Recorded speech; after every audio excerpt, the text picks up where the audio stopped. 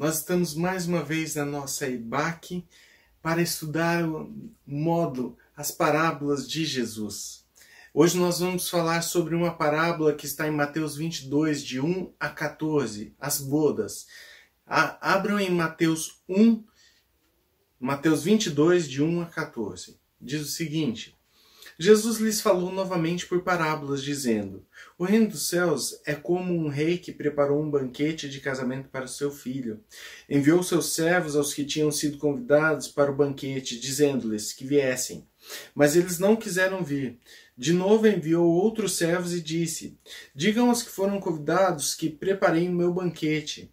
Meus bois, meus novilhos gordos foram abatidos e tudo está preparado. Venham para o banquete de casamento. Mas eles não lhes deram atenção e saíram, um para o seu campo, outro para os seus negócios. Os restantes, agarrando os servos, maltrataram-nos e os mataram. O rei ficou irado e, enviando seu exército, destruiu aqueles assassinos e queimou a cidade deles. Então disse a seus servos: O banquete de casamento está pronto, mas os meus convidados não eram dignos. Vão às esquinas e convidem para o banquete todos os que vocês encontrarem. Então os servos saíram para as ruas e reuniram todas as pessoas que puderam encontrar, gente boa e gente má, e a sala do banquete de casamento ficou cheia de convidados. Mas quando o rei entrou para ver os convidados, notou ali um homem que não estava usando veste nupcial. E lhe perguntou: Amigo, como você entrou aqui sem veste nupcial? O homem emudeceu. Então o rei disse aos que o serviam: Amarrem-lhe as mãos e os pés e lancem-no para fora, nas trevas. Ali haverá choro e ranger de dente, pois muitos são chamados e poucos são os escolhidos. Vamos orar ao Senhor? Senhor nosso Deus, nós te louvamos, ó Pai, pela tua palavra que foi lida, e agora eu te peço que o Senhor transmita aquilo que o Senhor quer através deste momento de aula, ó Pai. É isso que eu te peço em nome do Senhor Jesus. Amém. Queridos, quando Jesus traz essa parábola, ele está no momento final da sua vida, a última semana de Jesus na Terra, e esta parábola faz parte dos eventos que encerram o ministério de Jesus na Terra. No decorrer do ministério, Jesus enfrentou muita hostilidade, especialmente dos fariseus, escribas, os sacerdotes, os anciãos. E este momento é um momento em que Jesus está sofrendo o auge desta hostilidade, momento de maior hostilidade do povo, especialmente dessas seitas religiosas para com Jesus. Então Jesus, quando traz essa parábola, ele destina especialmente aos fariseus, saduceus, escribas, aos religiosos da época. Bom, essa parábola ela traz alguns benefícios do Evangelho e ela é exemplificada por uma semelhança de uma festa com muita qualidade, com muita abundância e com muitos convidados, é claro. E nós vamos dividir essa parábola em alguns aspectos. Primeiro nós temos o preparo, depois nós temos dois convites, nós falamos um pouco sobre a reação do rei, depois um terceiro convite e a reação do rei, e por final uma conclusão do texto que Jesus dá como uma fala final do rei nessa parábola. Nós vamos tratar todos esses aspectos. O primeiro aspecto a ser tratado é o preparo. Primeiro, quem que prepara esta festa? É o próprio rei, o Deus Pai. O rei representa aqui Deus Pai. Ele mesmo prepara a festa com todo zelo, com todo carinho. Ele não terceiriza o trabalho, ele terceiriza o serviço de ir convidar as pessoas. Isso ele pede para que seus servos façam, mas o trabalho não. todo o banquete é preparado pelo próprio rei. Né? Daí está no versículos 2 e 4, até o 4. Ele prepara com muita alegria, tanto que ele fala, venham para o banquete de casamento, ele chama, convidando, porque ele sabe que é um ótimo banquete, é um momento de alegria, um momento em que seu filho está casando. Então ele prepara tudo com muita fartura, bois, novilhos gordos, como fala no texto, né?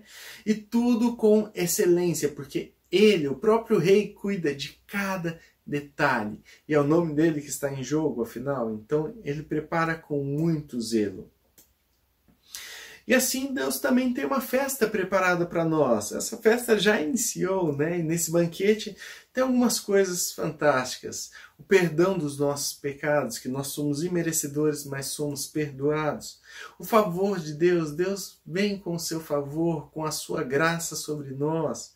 As promessas preciosas do Pai, os seus cumprimentos para as nossas vidas. O acesso ao trono da graça. Nós temos um sumo sacerdote que é Jesus, não precisamos mais de um sacerdote humano, porque o véu foi rasgado e nós temos livre acesso ao Pai por meio de Cristo Jesus. E nós temos também a presença constante do Espírito em nossos corações, juntamente conosco, e a segurança da vida eterna em Cristo Jesus. Né? Uma festa com uma alegria maravilhosa e com presentes para os convidados também, presentes fantásticos, acessível para cada um daqueles que foram convidados. São 3 convites. O primeiro tem uma recusa simples. O segundo tem uma recusa até com maior hostilidade, até com assassinato. E o terceiro é acatado por bons e maus, pessoas boas e pessoas más. Sempre que a gente pensa num casamento, a gente tem que definir algumas coisas logo de início, né? Então a gente pensa mais ou menos quantos convidados que a gente quer, porque dependendo disso nós vamos preparar uma festa para aquela quantidade de convidados, nós vamos procurar um lugar que acomode todos aqueles convidados. Então, a quantidade de convidados e talvez até mesmo quem serão os convidados é muito importante numa festa de casamento. É um primeiro passo a ser decidido. E é isso que o rei faz. Ele faz exatamente isso. Coloca os seus convidados, manda convites para que todos se preparem para ir para essa festa. Mas eu vou falar algumas características do convite real no Oriente, nessa cultura oriental. Primeira coisa, tem uma sequência de convites. O primeiro convite é enviado sem uma data, é só um... Olha, eu vou me casar. Ah, quando? Eu vou me casar. Fica esperto, provavelmente seja esse ano, então se organize, eu quero muito a sua presença, faço questão de que você esteja conosco nesse casamento. É mais ou menos isso. O segundo convite, ele é enviado já com uma informação de quando o banquete estará pronto, quando será a festa. Né? Então é um save the date, né, que a gente tem acostumado a ver aí. E este segundo convite já traz a data para definir melhor para os convidados. E o terceiro é no dia do casamento. No dia do casamento eles saíam lá fazendo uma festa. Olha, venham, o banquete está pronto. Vamos lá que o casamento vai começar. Outra característica, o convite real, ele era uma convocação. O convidado ele não tinha muita opção. Ah, não quero ir. Não, ele era convocado a estar no casamento. Então ele tinha a obrigação. O não estar era um ato de rebeldia para com o rei. Então é recebido como obrigação.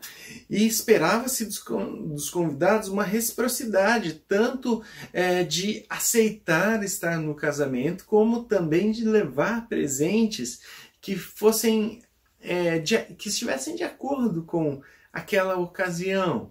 Eu fico imaginando Jesus nas bodas de Caná da Galileia, né? Jesus não tinha dinheiro, mas eu imagino ele preparando o melhor material de marcenaria ali, de carpintaria, para que ele pudesse levar como presente. Então, esperava-se isso dos convidados. E também alegria, né? O rei está chamando com alegria, espera-se que tenha alegria também na resposta, no participar deste momento. E uma última característica, comer e beber, o convidar para estar na sua mesa, significa um momento de intimidade, um momento de proximidade, e também um laço de paz entre anfitrião e convidado. Mais ou menos assim, um momento de um tratado de lealdade entre o rei e o povo. O rei prometendo governar bem a nação e o povo também prometendo ser fiel ao rei durante todo o reinado e especialmente ao seu filho, que vai assumir o reinado em algum momento da sua vida. Então este é um momento de fidelidade do filho ao rei, um convite de intimidade do rei para com o seu povo, de querer se relacionar. Então o primeiro convite é feito e a resposta é rápida. Não, a gente não vai, a gente não quer ir. E como nós vimos as características, né, do convite real, primeiro, eles recusam sem saber a data, porque não foi falado quando seria o banquete de casamento. Eles simplesmente falam, não, eu não quero ir. É um sinal de muito desprezo para com o rei. Segundo, eles não tinham opção, então é um ato de rebeldia também para com o rei. Era uma convocação e eles se rebelaram contra o rei. E terceiro, isso mostrava que eles não queriam uma relação de fidelidade, assinar aquele tratado de fidelidade, de lealdade para com o rei. Ou seja, eles seriam rebeldes ao rei e ao seu filho. Então essa recusa mostra total indiferença ao evento, uma insubordinação, rebeldia contra o rei, né? Eles estavam declarando que não seriam fiéis ao filho do rei e que não reconheciam ele, o filho, como o sucessor. Mas o rei ainda é insistente, né? Ele vai que o pessoal mudou de ideia, né? Vai que teve alguma coisa ali no meio do caminho. Mas a resposta é que eles não deram atenção aos servos que foram fazer o convite. Né? Um foi cuidar do seu trabalho, outro foi ver os seus negócios, o seu campo, e cada um foi fazer a sua tarefa. Ou seja, eles tinham coisa mais importante para fazer do que o casamento do filho do rei. E foram cada um. E se nós pensarmos, o próprio rei está convidando, então todos tinham o direito de parar as suas atividades temporariamente. Né? O casamento durava uma semana. Então eles tinham a possibilidade de parar e desfrutar deste momento. Mas sequer deram atenção. E outros chegaram a tratar com hostilidade, maltratando e até matando alguns dos servos do rei. Eles demonstram que tinham outras prioridades, indiferença, rebeldia contra o rei. Né? Só para a gente contextualizar tudo isso daqui. Os judeus, especialmente aqueles oponentes de Jesus mais severos, eles entendiam muito bem o que estava acontecendo aqui, o que Jesus estava querendo trazer. Jesus está contando de forma resumida a história de Israel e um período muito triste da história de Israel, especialmente.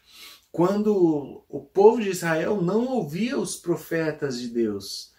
E os profetas levavam mensagem de arrependimento e eles não queriam ouvir essa palavra, porque era dura, é dura a gente ouvir que nós precisamos nos arrepender do nosso pecado, da nossa vida, que muitas vezes nós levamos de maneira prazerosa, mas longe dos caminhos de Deus. E o povo de Israel não queria ouvir. E eles chegaram até a matar alguns profetas. Quando nós lemos Mateus 23:35, fala sobre a morte de Zacarias. Ele fala, olha, para que sobre vós recaia todo o sangue de justo derramado sobre a terra, desde o sangue de Abel até o sangue de Zacarias, filho de Baraquias, a quem matastes entre o santuário e o altar.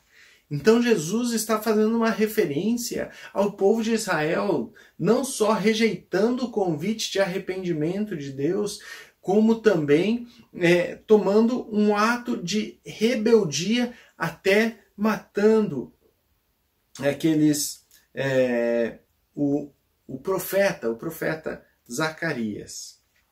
Os oponentes de Jesus, eles entenderam que a festa faz alusão aos profetas para mostrar que eles também, aquele povo, não só o Israel antigo, mas que também aqueles homens estavam rejeitando o chamado de arrependimento do maior profeta que já existiu, né?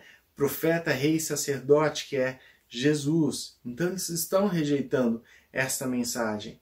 A reação do rei compreende todas as consequências políticas que poderiam haver. O rei entende que tudo isso, essa desobediência, poderia causar um transtorno não só no seu reinado, como também em outros reinos. Essa recusa hostil e assassina, né? E o rei tinha que reagir contra aqueles que se opunham à lei. E como o rei fez isso? Exercendo a sua autoridade e governando, exigindo obediência. Mas como eles não o obedeceram, né, ele tinha que tomar uma atitude mais drástica, que foi queimar a cidade e matar aquelas pessoas, né? E essa reação do rei, ela pode ser entendida de duas maneiras. Primeiro, no sentido histórico, né? Eles estavam acostumados que quando os reis dominavam um local, eles queimavam as cidades, matavam algumas pessoas e tomavam outros como servos para serem seus escravos. Então, essa reação do rei tem primeiro essa característica histórica de entrar, queimar a cidade e matar as pessoas que lá estão. Mas também tem um sentido profético. A cidade de Jerusalém foi destruída em 70 depois de Cristo, e ela foi queimada e destruída por Tito, e muitos morreram neste momento. Então, nós vemos que Jesus está falando de algo histórico, mas também profético, algo que viria a acontecer com aquele povo. E o que nós podemos aprender quando nós lemos até essa parte?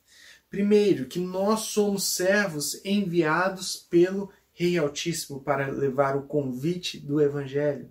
Eu, você, todos nós somos enviados para levar as boas novas do Evangelho. Muitas vezes nós seremos ridicularizados. Outras vezes nós seremos tratados com indiferença. A pessoa vai falar, fica aí no seu canto, deixa eu aqui quieto. Outras vezes pode ser que nós sejamos maltratados e soframos perseguições.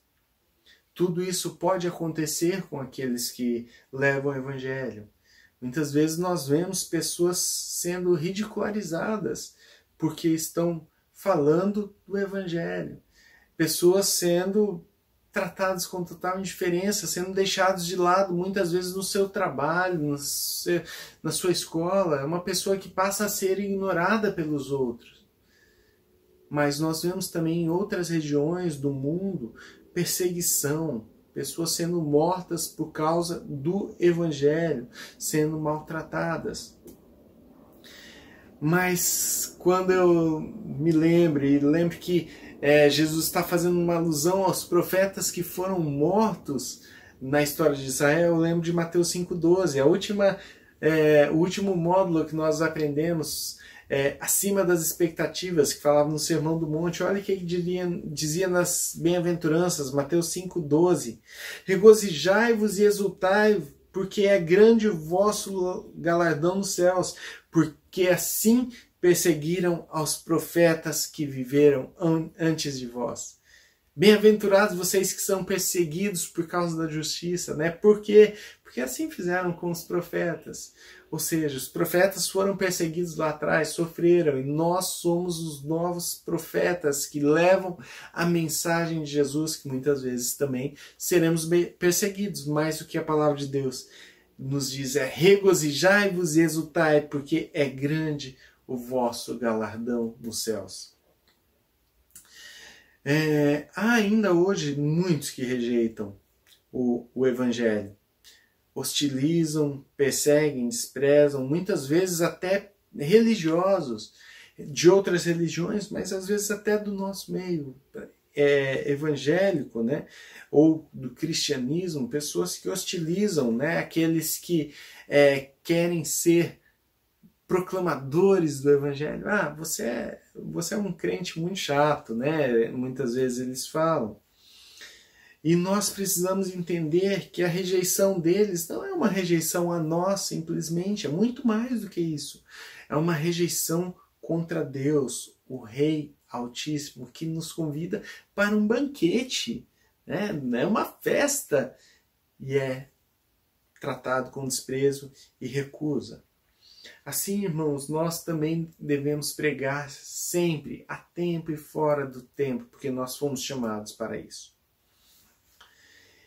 E para esses que rejeitam o Evangelho, né, haverá condenação. Não tem jeito. É o que acontece. Como houve condenação aqui na parábola de Jesus. E condenação para os oponentes de Jesus, né? Nesta parábola, eles são mortos e a cidade deles é queimada. Então, há esse aspecto. Mas há um terceiro convite. Quando tudo acontece e o rei percebe que aqueles não foram e até queima a cidade deles, o rei fala: olha, os meus convidados não eram dignos. Então vamos fazer o seguinte, vamos convidar mais gente. E eu quero que vocês saiam convidando gente que estiver na esquina, na praça, onde estiver. Seja bom, seja mal, convida, que eu quero todo mundo aqui na minha festa. E então o rei chama todos aqueles, gente boa, gente má, e a sala do banquete fica cheia. Até que em um momento o rei desce para recepcionar os convidados. Mas um deles não estava com veste nupcial. Eu só quero destacar primeiro o fato do rei chamar pessoas boas e más. Quando nós ouvimos isso, ele está se referindo à qualidade da pessoa com relação às outras pessoas, né? Nós vemos algumas pessoas que são boas, outras nós vemos que são nitidamente más. Só que quando nós estamos tendo como referência a Deus, todos nós, sem exceção, somos maus. Todos nós. Então, perante Deus, não interessava se era bom ou mal. Para Ele, todos são maus, mas que são redimidos pelo sangue de Cristo, né? Aqueles que foram convidados e que receberam com reciprocidade o convite. Mas um deles não estava com a roupa nupcial. O rei chega e pergunta: olha, como você entrou aqui sem veste nupcial? O versículo 12 fala isso. O convidado fica mudo, fica um silêncio, porque ele não tinha que resposta dar, né? Então o rei manda jogá-lo na escuridão, onde haverá choro e ranger de dente. Mas quando a gente vê isso, poxa, né? Nem todo mundo tinha dinheiro para comprar uma roupa nupcial. Não é verdade. Por quê? Porque o rei dava a roupa nupcial a todos que chegavam. Então, todos que chegavam ganhavam uma roupa para colocar, uma roupa igual a de todos os outros. Por que eles se vestiam dessa maneira? para que não houvesse mesmo diferenciação de classe social, de quem tem mais posses, quem tem menos, né? Aquele que chegasse mais pomposo em suas vestes, né? Não, esse tem mais condições, e aquele mais simplesinho. Não, então todos recebiam vestes do rei, para que eles pudessem vestir e estarem ali com as vestes nupciais, né? E essa foi uma recusa daquela pessoa. Eu não, eu vim com a minha melhor roupa, eu quero ostentar, né, as minhas vestes bonitas, aquilo que eu tenho de melhor. E talvez tenha tratado o rei com hostilidade e com desprezo. Mas o que nós aprendemos? O rei manda convidar a todos agora, não só o povo de Israel, mas ele chama gentios, chama gregos, chama brasileiros, chama americanos, chama chineses, chama pessoas de todo o mundo, sem exceção. Ele convida a todos para que possam participar da festa. Assim o evangelho chega aos gentios, chega a nós, ele nos alcança através nesse momento. Então não se limita à casa de Israel. Atinge gente boa e gente má. Como eu disse, né? Eles não interessa se você é bom ou mal perante os homens. Perante Deus todos somos maus. Mas quando somos lavados e redimidos pelo sangue de Cristo, nós não passamos a ser bons, mas nós recebemos a bondade de Cristo e a justiça de Cristo é imputada em nós e por isso nós somos aceitos neste banquete.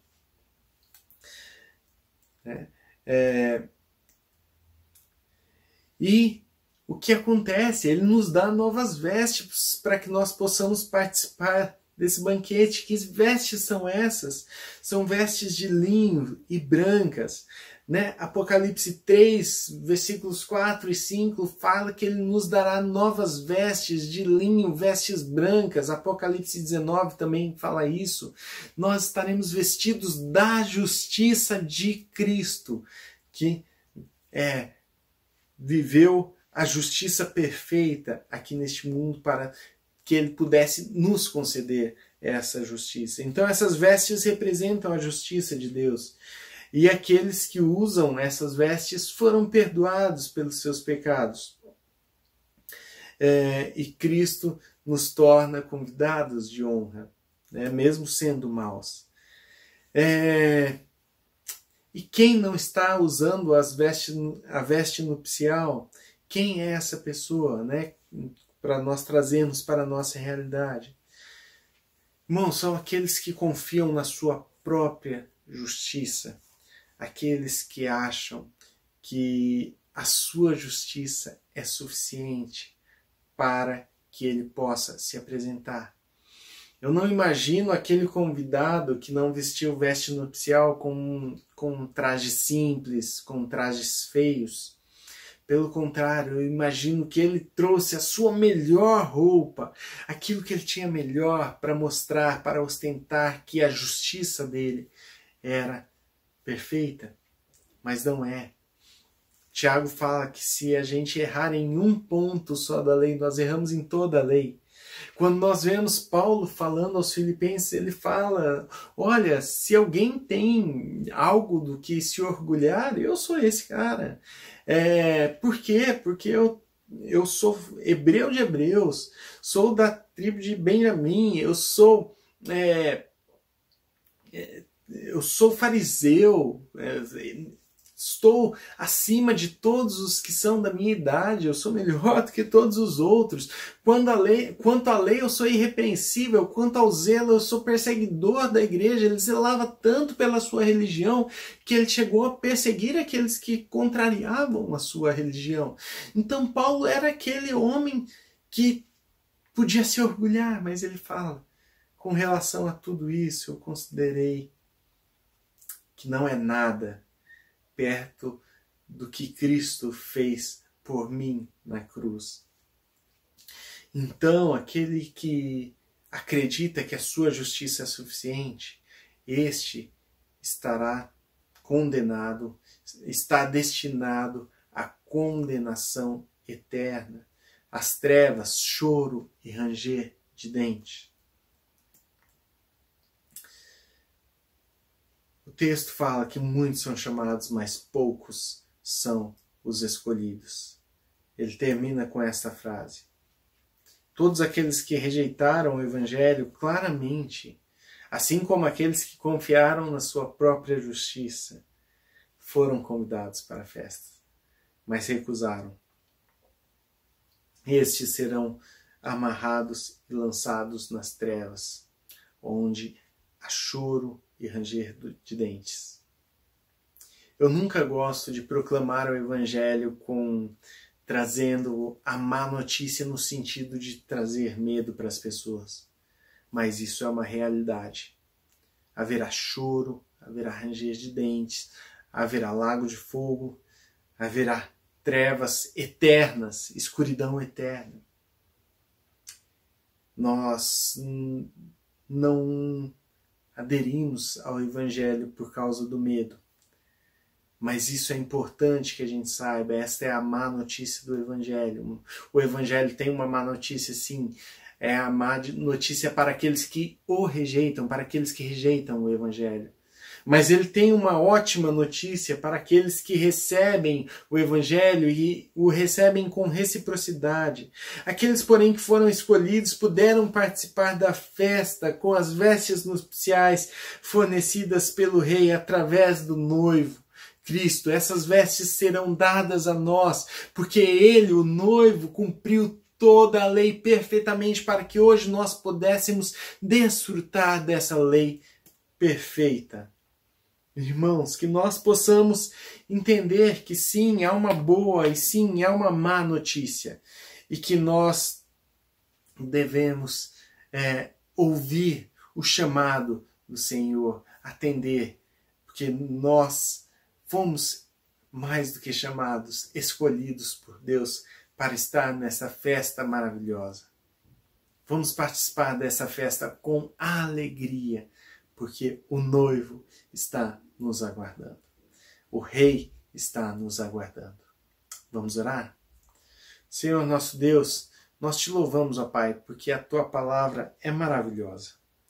A tua palavra, ela nos traz ensinamentos maravilhosos. Nós sabemos que um dia poderemos nos encontrar com o Rei dos Reis, ver a glória do Rei dos Reis, mas poderemos também ver o Filho de Deus, o Filho do Deus Altíssimo, e estar com ele no momento de alegria, o momento preparado para o Filho.